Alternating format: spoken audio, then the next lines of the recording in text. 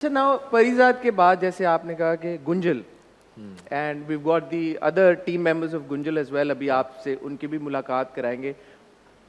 As we're discussing, it was a global success and a global phenomenon, Yeah. like certified कि यार कि बिल्कुल. everybody was talking about परिजात. बिल्कुल. उस level की फेम और पॉपुलैरिटी के बाद वन वुड एक्सपेक्ट जैसे होता है कि यार actors they opt for something even bigger, कि यार बहुत बड़ा कोई ग्रैंड किस्म का प्रोजेक्ट हो, कास्ट भी और बड़ी हो, उस एक्ट्रेस के साथ काम करूंगा, वो डायरेक्टर होना चाहिए, ये सेट होना चाहिए. You opted for a film which is being made by a first time director. बिल्कुल. एंड जो सब्जेक्ट ऐसा है कि वो आपकी टिपिकल जो एक मसाला एंटरटेनर ग्रैंड फिल्म है वो नहीं है. ये क्या अहमद अली अकबर का जो दिमाग चलता है भाई, ये क्या चलता है अहमद के दिमाग में? मैंने कोशिश किया कि परिजात का फेम मुझे और मेरी अप्रोच को बिल्कुल अफेक्ट ना करे. मैं हमेशा स्क्रिप्ट को वेटेज देता हूँ और गुंजल की फिनोमिनल स्क्रिप्ट थी. नए लोगों के साथ काम करने का मज़ा आता है. वो एक हाई था मेरे करियर में. नेसेसरी नहीं है कि हर दफ़ा हाई रहे. लोज आते हैं and I am riding the wave. I am enjoying it. उसमें अच्छा आएगा, उसमें बुरा आएगा, डजेंट मैटर. मुझे सिखाएगा हमेशा कुछ ना कुछ. मेरा काम ये है कि सिंसियरली पिक करूं जो काम करना है और उस काम में सिंसियरिटी देखूं और उनको एग्जीक्यूट करने वालों में सेंस ऑफ सिंसियरिटी देखूं, जो कि मुझे नजर आई गुंजल में. So Parizat, the character affected and impacted you, not the success of Parizat. Yes, भाई ये बड़ी बात है यार. ये इतनी जबरदस्त बात है कि इतनी ज्यादा सक्सेस मिलने के बाद भी उन्होंने जो अगला प्रोजेक्ट चूज किया वो अपनी क्रिएटिविटी को मद्देनजर रख के किया, ना कि किसी और चीज को. सो speaking about Gunjal now, what was the first thing that came into your mind when you read the script or when it was narrated to you? हाँ, so मुझे एक शख्स की कॉल आई फ़ोन पे ही. मुझे अच्छा लगा बात करके. मैं उनके साथ खाने पे गया. उन्होंने कहा मैं एक फ़िल्म बना रहा हूँ. पहले तो मुझे वो इंसान की वाइब, उनकी सिंसियरिटी, उनकी ऑनेस्टी अच्छी लगी. अच्छा, is it, sorry I'm cutting you off, but is it that easy to reach out to you? Are you that accessible? या मैं अब बल्कि थोड़ा मुश्किल. मेरे अपने दोस्त हैं, मैनेजर हैं सलमान. उन्होंने मुझे कहा है आप ज़रा मतलब इतने एक्सेसिबल ना रहें आप मेरे थ्रू. लेकिन मैं कोशिश करता हूँ कि एक्सेसिबल रहूँ, specially directors and writers and other actors. काम जो क्रिएटिव काम है उसमें आई एम वेरी एक्सेसिबल. भाई ये दोबारा भाई बहुत अच्छी बात है. तो शोएब सुल्तान मुझसे मिले.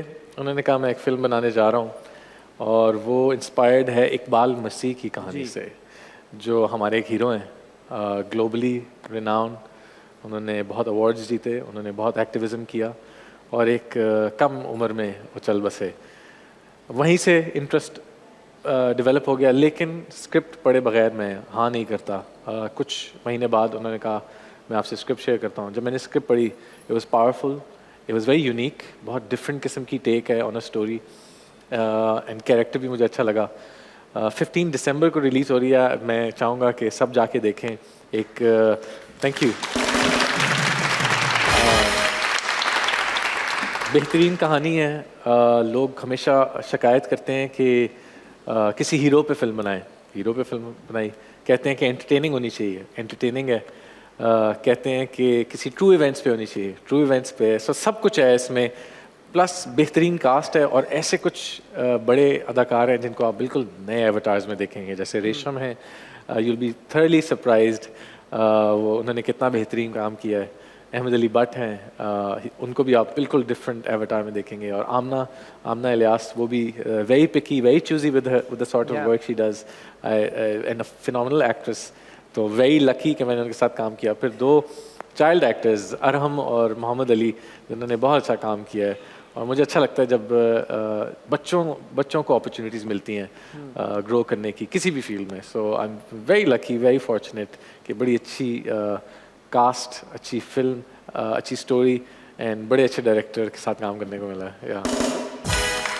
अब क्योंकि आपने कास्ट का जिक्र किया तो आपके एक कास्ट मेंबर तो हमारे साथ मौजूद हैं और आपका और उनका नाम बड़ा सिनोनिमस है. आई एम प्रीटी श्योर कि कभी कभी आपको उनके नाम से कॉल आती है. मैं एक मज़े की कहानी बताता हूँ. बताए ना.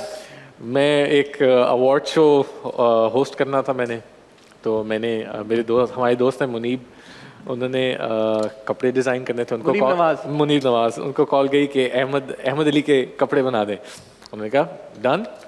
मुझे मेजरमेंट्स की कॉल नहीं आई, कपड़े तैयार हो गए।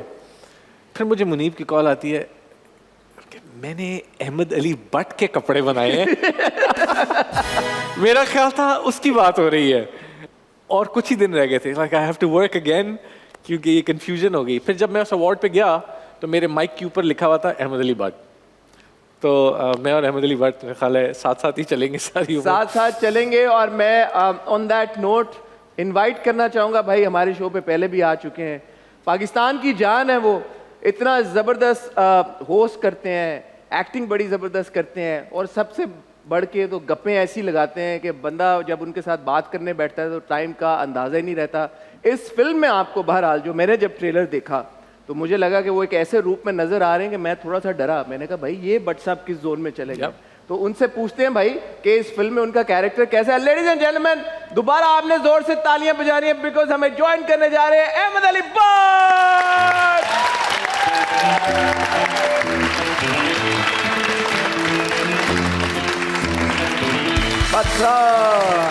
So good to have you. अच्छा मैं बैठ थे। ये बात अस्सलामुअलैकुम ख़वातीन और हज़रात, एक छोटी सी ब्रेक लेते हैं, बिकॉज जब भी कोई अच्छी चीज़ आती है ब्रेक का वक्त आ जाता है। एक ब्रेक के बाद अभी मुलाकात करें, कहीं ना जाइएगा। आप देख रहे हैं क्या शो का नाम है भाई? The talk show with Hasan Chaudhry. वही आप भी आ रहे हैं।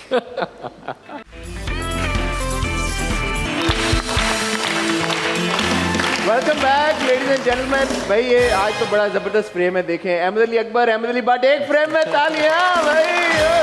प्लेजर। अच्छा मैं कह रहा था, अब अगर आपको इस तरह का मिसहैप हुआ होता ना, आपको कपड़े ऑलमोस्ट पूरे आ जाने थे मेरे ख्याल में। वाकई या भट्ट साहब लुकिंग शार्प यार, भट्ट साहब की भाई फिटनेस में। भट्ट साहब क्या डाइटिंग ज्यादा कर रहे हैं आप, वर्कआउट कर रहे हैं, कैसे, how you so fit now? देखें, एक फिट होने के लिए आपको बड़ी चीज़ों के ऊपर पैसे खर्चने पड़ते हैं। ओके। एक अच्छा डॉक्टर आपको चाहिए, एक अच्छा न्यूट्रिशनिस्ट आपको चाहिए, और उसके बाद जितना मैं आपको जानता हूँ इतने पैसे तो आपने नहीं खर्चे होने। बिल्कुल। तो ये सिर्फ कह लें कि दुआओं से फिर हुआ हूँ। यही आप मान जाए। नहीं यार, इस पे लगा टाइम लगा, कोई ये मॉडल बनने में कोई 2-2.5 साल लग गए। 2-2.5 साल? हाँ लग गए भाई यार, इस पे तालियां होनी चाहिए यार, ये चीजें मैटर करती हैं। अच्छा भट्ट साहब, मैंने जब ट्रेलर देखा, and of course Ahmed is fabulous as is he always. कौन सा अहमद? मैं वो मैं यही कह रहा हूँ, यू वर द शॉकर। पहले आप या तो आप बोले अकबर बोले या भट्ट बोले। भट्ट साहब आपको मैं कह रहा हूँ, you were the shock element in the trailer, कि आप कोई कॉमेडी दूर दूर तक, क्योंकि फिल्म की नौयत ऐसी है कि उसमें कॉमेडी का एलिमेंट तो बिल्कुल भी नहीं है। और if I am not mistaken, you playing a politician. जी I am playing a very grey character, जो कि विलन नहीं है। मैं हमेशा ये कहता नहीं, विलन नहीं है, वो एक बिजनेसमैन है। और पाकिस्तान में आपको पता है बिजनेसमैन विलन नहीं होता, वो बेचारा मजबूर होता है। ठीक है, तो वो भी मजबूर है। बिजनेसमैन भी और पॉलिटिशियन भी है या सिर्फ बिजनेसमैन है? नहीं, वो बिजनेसमैन भी है, पॉलिटिशियन भी है, उसकी पॉलिटिकल इन्फ्लुएंस भी है। फिर तो बहुत ही मासूम और सादा, बहुत बेचारा मासूम है। तो विक्टिम होगा वो। विक्टिम है। इस तरह के जर्नलिस्ट जो है बेचारे, वो असल में वो लिफाफा देने की कोशिश करता है, मगर ये मानता ही नहीं है। कहता है मुझे लिफाफा बड़ा चाहिए। ये था, शॉपर चाहिए। ये